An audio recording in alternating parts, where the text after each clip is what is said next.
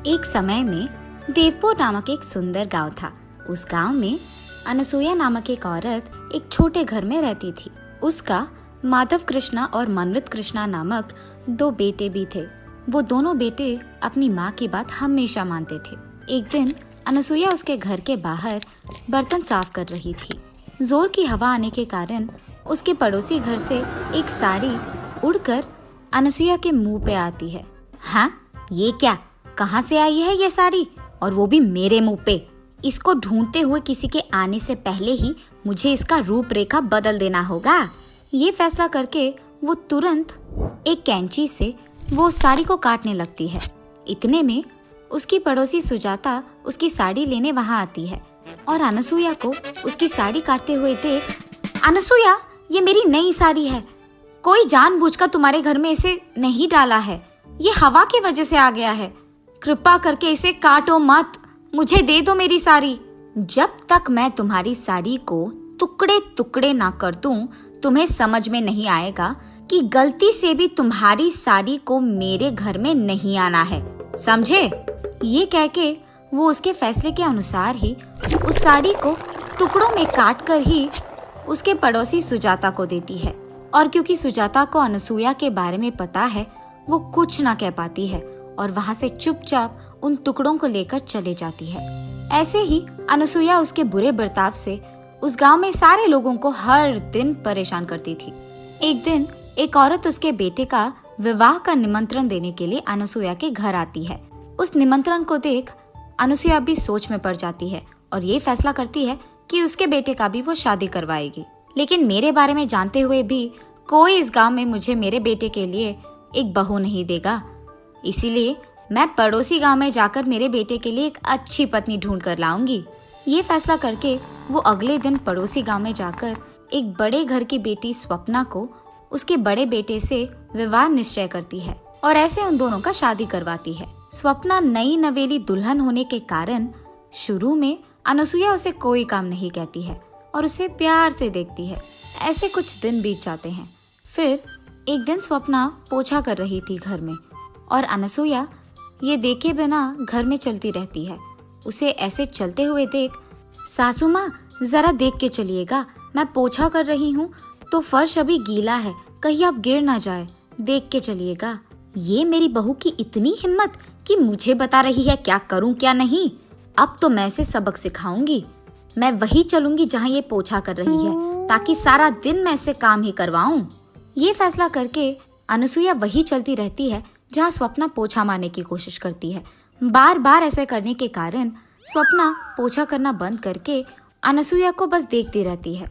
क्या हुआ बहू, घर साफ करना छोड़कर तुम मुझे क्या घूर रही हो? चलो करो काम। ये कहकर वो अपने बहू के सिर पे एक जोर का धप्पा देती है, जिसके कारण उसकी बहू बकेट को टकराकर नीचे गिर जाती है। हा हा हा, तुमने तो कहा कि मैं फिसल के गिर जाऊंगी, मगर अब तुम ही गिर गई। ऐसे ही पड़ी रहोगी कि काम भी करोगी? चलो लग जाओ काम पर। ये कहकर वो हंसते हुए उसके कमरे में चले जाती है। चलो ये तो देखते हैं कि मेरे बहू ने घर साफ किया कि नहीं। बाहर जाकर देखने पर उसकी बहू वहाँ नहीं रहती है।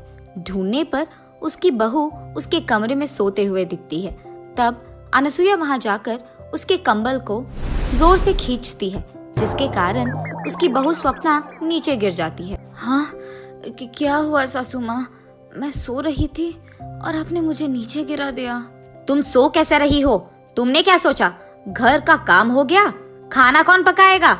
जाकर खाना बनाओ। उसके ऐसे जोर से चिल्लाने के कारण स्वप्ना उठकर खाना बनाने में लग जाती है।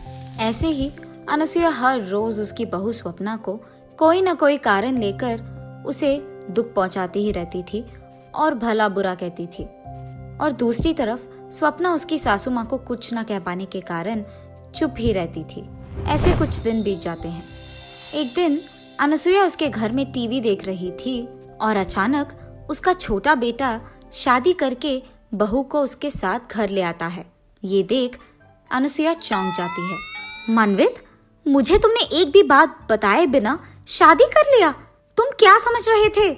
माँ, आप मेरा यकीन कीजिए, अगर आपको पता चला कि मैंने ये शादी क्यों किया तो आप बहुत खुश होंगी।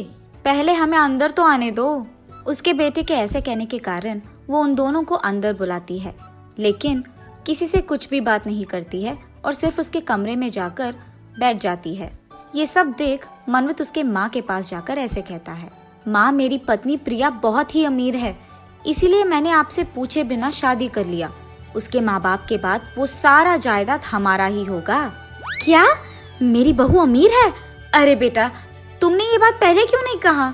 मैं सोच रही थी कि तुमने किसी ऐरे गैरे से शादी कर लिया। जैसे ही अनसुया को पता चलता है कि उसकी छोटी बहू अमीर है, वो सारे काम उसके बड़ी बहू से करवाते हुए उसकी छोटी बहू की बहुत अच्छी देखभाल करती है। एक दिन जब उसकी बड़ी बहू काम कर रही थी, अनसुया उसके पास जाकर ऐसे कहती है, ए स्वप्ना, कितनी देर पकाओगी खाना ऐसे? मेरी छोटी बहू भूखी होगी शायद, मुझे जल्दी जाकर उसे खाना देना होगा, जल्दी करो। ऐसे कहती ही रहती है कि वहाँ से गुजरते हुए प्रिया को ये सारी बातें सुनाई देती है। फिर प्रिया उसके मन में ऐसे सोचती है, हाँ, तो इसीलिए मेरी सासू माँ मेरी इतनी अच्छी ख्याल रखती है, क्योंकि मैं अमीर हूँ, वरना मुझे भी उसकी बड़ी बहू की तरह सारे काम करवाते हुए दुख पहुँचाती थी। ये सोचकर वो उसके कमरे में चले जाती है। जब सासू माँ प्रिया के कमरे में जाकर उसे खाना देती है, तब प्रिया खाना खाते हुए ऐसे कहती है, सासू माँ, ये सारे व्यंजन ना बहुत ही स्वादिष्ट है। हाँ बेटी, ये सारे व्यंजन ना मैं ही करती हूँ हर रोज। इस घर में सालों से खाना मैं ही पका रही हूँ। मेरे दोनों बेटों को भी मेरे हाथ का खाना ही बहुत पसंद है। तुम्हें जब भी कुछ चाहिए ना, बस मुझे एक आवाज दो, मैं तुम्हारे लिए वो बना दूंगी। हाँ, मेरी सासू माँ को पता नहीं है कि मुझे पता है कि वो झूठ कह रही है। मैंने तो उनका असली स्वरूप देख लिया। अब देखो मैं उन्हें कैसे दौड़ाऊंगी। ऐसा कुछ करूंगी कि इनको आराम करने का 1 मिनट का वक्त भी ना मिले। ये फैसला करके वो अगले दिन उसकी सास के पास जाकर ऐसे कहती है, सासू माँ, आज मुझे गरम गरम वड़ा खाने का मन कर रहा है, आप मेरे लिए बनाएंगे? मैं भी आपके पास खड़े होके सीखूंगी कि कैसे बनाते हैं। अरे रे, अब तो मैं अपने बड़े बहू से भी ये बनवा नहीं पाऊंगी, क्योंकि ये लड़की तो मेरे बगल में खड़े रहना चाहती है जब मैं वड़ा बनाऊंगी। अब तो मुझे खुद से ही करना होगा। और ऐसे वो खुद प्रिया के लिए वड़ा बनाने लगती है। सासू माँ, सिर्फ वड़ा नहीं, उसके साथ खाने के लिए एक मांस का भी व्यंजन बनाइए ना। ऐसे प्रिया तब से हर दिन कोई ना कोई काम उसके सासू माँ से करवाती रहती है। ऐसे ही एक दिन प्रिया उसके सासू माँ से पकौड़ी बनवाती है और अनसुया उसके बहू के लिए पकौड़ी बनाते हुए उससे ऐसे कहती, बेटी, तुम्हारा पति ना इसी गांव में कोई अच्छा व्यापार करना चाहता है, इसीलिए तुम एक काम करो, अपने घर जाके कुछ निवेश के पैसे लेके आना बेटा, तभी तुम्हारा पति कुछ कर पाएगा। सासू माँ, आपको अभी भी शर्म नहीं आया? मैं जानबूझकर आपसे ये सब काम करवा रही हूँ और फिर भी आप मुझसे कह रहे हो कि मैं पैसे लाऊं? आपको क्या लगा कि मैं आपके बड़ी बहू की तरह आप जो भी कहे मान लूंगी? नहीं होगा। क्या तुम ये सब जानबूझकर कर रही थी? अब देखो तुम्हारा मैं क्या हाल करूंगी। मैं तुम्हारे मायके से पैसे हासिल करके ही रहूंगी। ये फैसला करके वो रोते हुए उसके छोटे बेटे के पास जाकर जो भी हुआ बोलती है, माँ, आप फिक्र मत कीजिए, आप जैसे सोच रही हैं वैसे ही होगा। मेरी पत्नी आपकी सारी बात मानेगी और मैं कैसे पैसे ला कर ही रहेगी।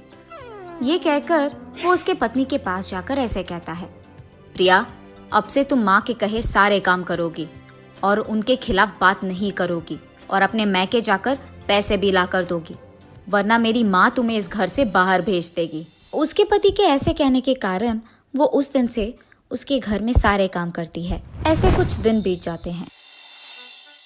फिर अचानक एक दिन सरकार घोषित करता है कि कोरोना वायरस नामक एक भयंकर वायरस देश में फैल रही है और लोगों को एक दूसरे से 2 गज की दूरी निभाना पड़ेगा। और इसी फैलने को रोकने के लिए सरकार लॉकडाउन का आदेश देती है। उस लॉकडाउन के कारण लोगों को बाहर जाने की इजाजत नहीं थी, इसी कारण सभी लोग घर पे ही रहते थे। लेकिन प्रिया उसके घर में सारे काम खत्म करके उसके पड़ोसी के घर जाकर हर रोज उनसे बात करती थी। एक दिन ये सब देखकर उसकी सास प्रिया से ऐसे कहती है, प्रिया, सरकार ने हमारी सुरक्षा के लिए लॉकडाउन का आदेश दिया है और तुम यहाँ बेपरवाह पड़ोसी के घर जाकर बात कर रही हो। अगर तुम्हें कोरोना आया या तुम्हारे कारण हमें कोरोना आया तो हमारा क्या होगा? इसलिए आज से तुम बाहर नहीं जाओगी। आपको शायद डर है कि आपको कोरोना आएगा, लेकिन मुझे ऐसा कोई डर नहीं है। मैं अपनी मन की मालिक हूँ, मुझे जो करना है मैं वही करूँगी। ये कहकर वो हर रोज उसके पड़ोसी से मिलने जाती ही रहती थी।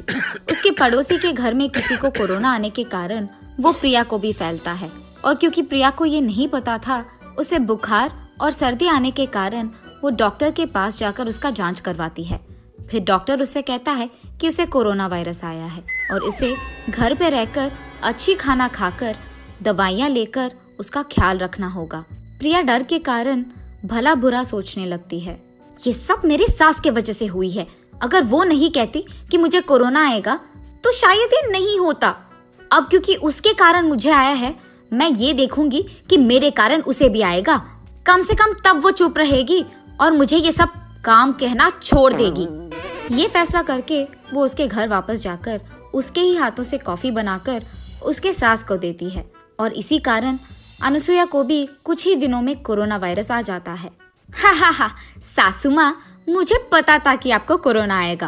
आप इतने बार कह रहे थे कि मुझे कोरोना आ जाएगा कि मेरे को आ गया, इसलिए मैंने अपने हाथों से कॉफी बनाकर आपको दिया ताकि आपको भी कोरोना आए। अब मुझे बहुत खुशी है। क्या?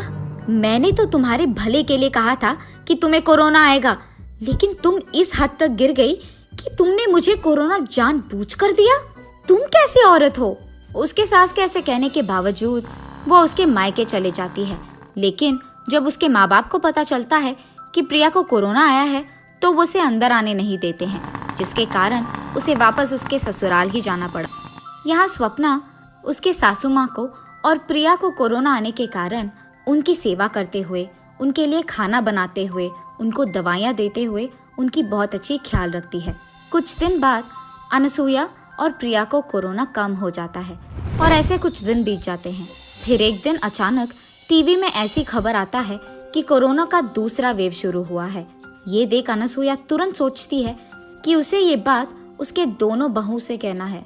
बेटा स्वप्ना, प्रिया, मैंने अभी अभी टीवी में देखा है कि कोरोना का दूसरा वेव आ गया है और इस बार वो दुगना भयंकर है और लोगों की मरने का संख्या भी बहुत बहुत बढ़ गया है। हमें चौकन्ना रहना होगा। मेरे बर्ताव के लिए मैं माफी मांगती हूँ। मैं अब ये सिर्फ तुम्हारे भले के लिए कह रही हूँ।